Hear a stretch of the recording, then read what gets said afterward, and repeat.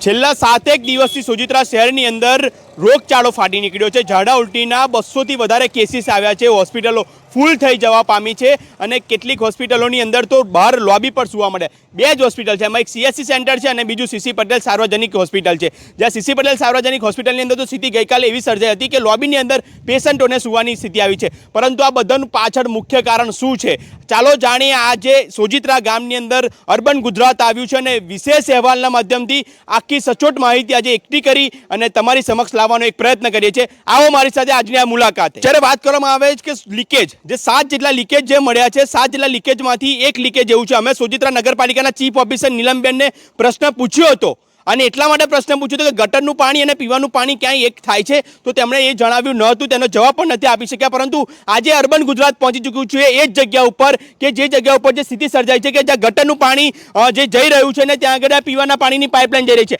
અમારા કેમેરામેનને કહીશ કે ઝૂમ કરીને દ્રશ્ય બતાવે। આપ જે દ્રશ્યની અંદર જુઓ છો આ એ સ્થિતિ છે કે અત્યારે આપ જુઓ છો કે આ પીવાના પાણીની પાઇપલાઇન જઈ છે અને આની પાછળ ગટરનું પાણી છે। એટલે સોજિત્રા નગરપાલિકાની ઘોર બેદરકારી આગળ સામે દેખાઈ રહી છે સીધી જ, કારણ કે જ્યારે આટલો મોટો શહેરની અંદર રોગચાળો ફાટી નીકળ્યો છે ત્યારે નગરપાલિકા તો ન શોધી શક્યું। કેટલાક સામાજિક કાર્યકર્તાઓ આની અંદર કામે લાગી ગયા અને તેઓએ તો આ 7 જેટલા લીકેજો શોધ્યા છે। પરંતુ આપણી સાથે એક સામાજિક કાર્યકર્તા રવિભાઈ પણ જોડાયા છે। રવિભાઈ સાથે વાત કરીશું। રવિભાઈ, શું સ્થિતિ છે સમગ્ર શહેરની અંદર, કયા પ્રકારની અત્યારે સ્થિતિ જોવા મળી છે? લીકેજ જે શોધવામાં આપે મદદ કરી છે, શું કહેશો આપ? છેલ્લા ઘણા બધા દિવસોથી સોજિત્રા નગરપાલિકા વિસ્તાર અને આજુબાજુના બીજા 3-4 ગામો જેવા તે લીંબાલી છે, ગાડા છે, બાલિંટા છે, એવા બધા ગામોના લોકો ઝાડા ઉલટીથી પરેશાન થઈ રહ્યા હતા।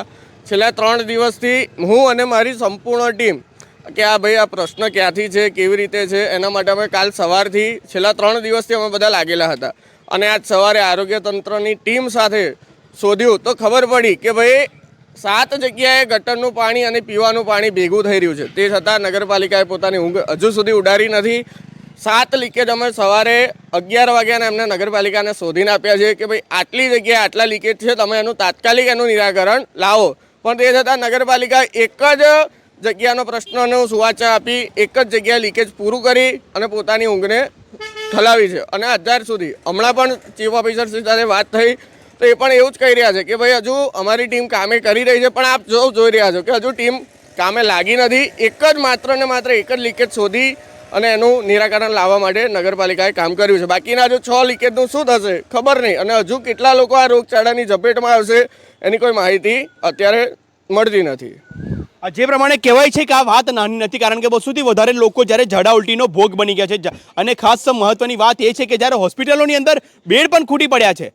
હા, એના પણ અમારી પાસે પુરાવા છે કે જ્યારે લોબીની અંદર પેશન્ટોને સુવાડવા પડ્યા હતા। આવી પરિસ્થિતિની અંદર જો નગરપાલિકા કામગીરી નહીં કરે તો ક્યારે કરશે? અને એક તરફ કહેવાય છે કે જ્યારે સોજિત્રા નગરપાલિકાનું શાસન તો બેકાર ગયું છે, કારણ કે ત્યારબાદ પછી વહીવટદારનું શાસન આવ્યું છે અને વહીવટદારના શાસનની અંદર અત્યારે ચીફ ઓફિસરની જે નિમણૂક છે, પરંતુ હવે ચીફ ઓફિસર જે પ્રમાણે જવાબ આપી રહ્યા છે તેના જવાબ પરથી એવું લાગી નથી રહ્યું કે કામગીરી થઈ રહી હોય, કારણ કે અમે 7 જેટલા લીકેજોના સ્થળ ઉપર મુલાકાત કરવાનો પ્રયત્ન કર્યો, પરંતુ નગરપાલિકા દ્વારા એક જ લીકેજ ઉપર સમારકામ કરવામાં આવ્યું છે, ત્યારબાદ અન્ય લીકેજો ઉપર કામગીરી કરવામાં આવી નથી। એટલે હજી કેટલા લોકો આવો ભોગ બનશે? હવે સવાલ ત્યાં થઈ રહ્યો છે અને જવાબ છે આ એક જ, કોઈ એની પાસે જવાબ જ નથી આ ચીફ ઓફિસર પાસે। તો હવે સવાલ એ થઈ રહ્યો છે અમારો કે ક્યાર સુધી આ જે નિર્દોષ ગ્રામજનો છે, નગરજનો છે, ક્યાર સુધી આ ઝાડા ઉલટીના કેસનો ભોગ બનતા રહેશે? અને સાથે જ હું બતાવવા માંગીશ અમારા કેમેરામેનને કે ફરીથી એ દ્રશ્ય બતાવશે કે કેટલું ગંદુ જ્યાં ગટરનું પાણી છે અને એ જ ગટરના પાણી સાથે પીવાના પાણીની પાઇપલાઇન જઈ રહી છે। હવે આનાથી વધારે તમારે શું જોઈએ બીજું ભાઈ? હવે તમારા આનાથી વધારે શું જોઈએ છે? આ જુઓ, આ દ્રશ્યની અંદર બતાવવા માંગીએ છીએ અમે તમને, અને સાથે એ પણ બતાવીશ, એ પણ કહીશ કે જ્યારે આરોગ્ય તંત્ર અહીંયા આગળ આવ્યું છે, સાથે ત્યાં આગળ જાગૃતજનો તેમની સાથે જોડાયા, તેઓએ સુવિધા છે, પણ લીકેજ સમારકામ કરવાનું તો કામ તમારું છે ને? શું આ જાગૃતજનો હવે અહીંયા આગળ સમારકામ કરશે ભાઈ? આટલી હદે ના હોઈ શકે ને, એટલા માટે આજે બોલવું પડે છે, કારણ કે આજે સોજિત્રા શહેર ખાતે 200થી વધારે લોકોને જ્યારે ઝાડા ઉલટીનો ભોગ બન્યા છે, હોસ્પિટલોની અંદર જે પ્રમાણે તૈયારીઓ જોવા મળી રહી છે, પરંતુ હવે ક્યાંક સવાલ એ થઈ રહ્યો છે ને હવે છેલ્લે અંતે એ જ કહીશ કે હવે જોવાનું રહ્યું છે કે કેટલા હજુ નિર્દોષ ગ્રામજનો, નગરજનો હવે આ ઝાડા ઉલટીનો ભોગ બનતા રહે। સોજિત્રા શહેરની અંદર જે સ્થિતિ અત્યારે સર્જાઈ છે ને, ખાસ કરીને જે રોગચાળો જે ફાટી નીકળવાની જે દશા સર્જાઈ છે, અત્યારે જે પ્રમાણે કહેવાય છે કે છેલ્લા ઘણા સમયથી આપ જોઈ રહ્યા છો 7 દિવસથી આ રોગચાળો ફાટી નીકળ્યો હતો અને ક્યાંક કોઈ પાઇપલાઇનની અંદર લીકેજ હોવાનું અત્યારે જાણવા મળ્યું છે। આ જ બાબત ઉપર આપણે વધુ વાતચીત કરવા માટે સોજિત્રા નગરપાલિકાના ચીફ ઓફિસર નીલમબેન આપણી સાથે જોડાયા છે। બેન, છેલ્લા કેટલા દિવસથી આ રોગચાળો ફાટી નીકળ્યો છે સમગ્ર શહેરની અંદર? એક સપ્તાહથી થોડા કેસ વધારે વધી રહ્યા છે. બેન, ખાસ મહત્વનું છે કે આનું મુખ્ય કારણ શું હોઈ શકે કે શા કારણે આવા કેસીસ સામે આવ્યા છે અને નગરપાલિકા તંત્ર દ્વારા અત્યારે શું પ્રકારે એક્શન લેવામાં આવ્યા છે અને કઈ કઈ ટીમોની અંદર અત્યારે કામગીરી કરી રહી છે સાહેબ? નગરપાલિકા દ્વારા જ્યારે આ કેસ ધ્યાને આવ્યા હતા એ દરમિયાનમાં અમે પીવાના પાણીની જે પાઇપલાઇન નેટવર્ક છે એ લીકેજ છે કે કેમ એ સ્ટાફ સાથે ચેક કરાવતા હતા જ, પણ સ્થળ પર એ લોકોને મળ્યા નહોતા. આજે સવારે 9:30થી અમે તમામ જે વિભાગ છે, પાણી પુરવઠા બોર્ડ, અમારા વહીવટદાર સાહેબ, પછી THO સર, દરેકની સાથે સવારે અમે 9:30થી ભેગા થયા છીએ અને મિટિંગ કરી છે અને દરેક જગ્યાએથી સેમ્પલ લીધા છે અને એ દરમિયાન અમને થોડાક લીકેજ મળ્યા છે. તો અત્યારે સ્થળ ઉપર અમારી ટીમ પણ ચાલુ થઈ ગઈ છે લીકેજ રિપેરિંગ કરવા માટે. કેટલા લીકેજ અત્યારે બેન મળ્યા છે અને કોઈ લીકેજની અંદર એવું જાણવા મળ્યું છે કે કોઈ બે પાણી ભેગા થતા કે ગટરનું પાણી અને પીવાનું પાણી મિક્સિંગ થતું હોય એવું ક્યાંય જાણવા મળ્યું છે ખરું કશું? અત્યારે કામ ચાલુ છે અને સ્થળ ઉપર એવું કંઈ ગટર સાથેનું મિક્સ થતું હોય એવું લાગતું નથી. ખાલી રનિંગ જે પાઇપ હોય એમાં કોઈક જગ્યાએ ક્રેક હોય કે એવું હોય એ લીકેજ થઈ રહ્યું છે. એના સિવાય બીજી નગરપાલિકા દ્વારા ઘરે ઘરે જઈને કોઈ સર્વે કરવામાં આવી રહ્યો છે કે કયા વિસ્તારની અંદર ઝાડા ઉલટીના કેસ વધી રહ્યા છે અને તેને લઈને નગરપાલિકા દ્વારા શું એક્શન લેવામાં આવી રહ્યા છે અત્યારે હાલ? હા, જ્યારે આ જે એડમિટેડ પેશન્ટ હતા એ એમને રજા આપી અને ઘરે આવ્યા હતા એ દરમિયાનમાં નગરપાલિકાના દ્વારા અમે સર્વે કરાવડાયો છે કે કયા કારણથી તમને લાગે છે વગેરે, અને સાથે સાથે અમે બધા એક્ટિવ મોડમાં જ હતા પણ ફોલ્ટ પકડાતો નહોતો. આજે અમને લીકેજ મળી ગયા છે તો એ પ્રશ્ન હવે સોલ્વ થઈ જશે. તો આ હતા આપણી સાથે સોજિત્રા નગરપાલિકાના ચીફ ઓફિસર નીલમબેન કે જેઓ દ્વારા અત્યારે જાણવામાં આવી રહ્યું છે કે 7 જેટલા લીકેજ મળી આવ્યા છે અને 7 જેટલા લીકેજ ઉપર અત્યારે નગરપાલિકા દ્વારા અત્યારે તેને સમારકામ કરવાની અત્યારે કામગીરી હાથ ધરવામાં આવી છે. પરંતુ જે પ્રમાણે કહેવાય છે કે સોજિત્રા શહેરની અંદર જે 7 દિવસથી જે સતત રોગચાળો જે ફેલાઈ રહ્યો હતો, 200થી વધારે કેસીસ સામે આવ્યા હતા અને તેનો પુરાવો પણ અમારે અર્બન ગુજરાત પાસે છે, કારણ કે અહીં આગળ જેટલી 2 હોસ્પિટલ જેટલી આવેલી છે, CSC સેન્ટર આવેલું છે અને સાથે સાથે જ અહીંયા આગળ CC પટેલ સાર્વજનિક હોસ્પિટલ પણ આવેલી છે. સતત કેસોની અંદર વધારો જે જોવા મળ્યો હતો તે ક્યાંક CC પટેલ જે હોસ્પિટલ છે ત્યાં આગળ એવા પણ દ્રશ્યો સર્જાયા હતા કે લોબીની અંદર પણ પેશન્ટોને સુવાડવા પડે તેવી સર્જાઈ હતી. હજુ પણ આપણે વિગતવાર જોઈશું, કારણ કે આપણે જે જગ્યા પર જે લીકેજ છે ત્યાંના સ્થળની મુલાકાત પણ કરીશું. અમારી સાથે જોડાયેલા રહેજો. અત્યારે અમારી પાસે જે આરોગ્ય વિભાગનો એક કાગળ આવ્યો છે જેની અંદર 7 જેટલા લીકેજ સોજિત્રા શહેરની અંદર મળી આવ્યા છે, જેની અંદર તાલુકા પંચાયત કચેરી છે તેની બહાર જ 2 લીકેજ જોવા મળી રહ્યા છે કે પાણી થોડું ઘણું અંશે ભરાઈ રહ્યું છે, આપ જે દ્રશ્યની અંદર જુઓ છો.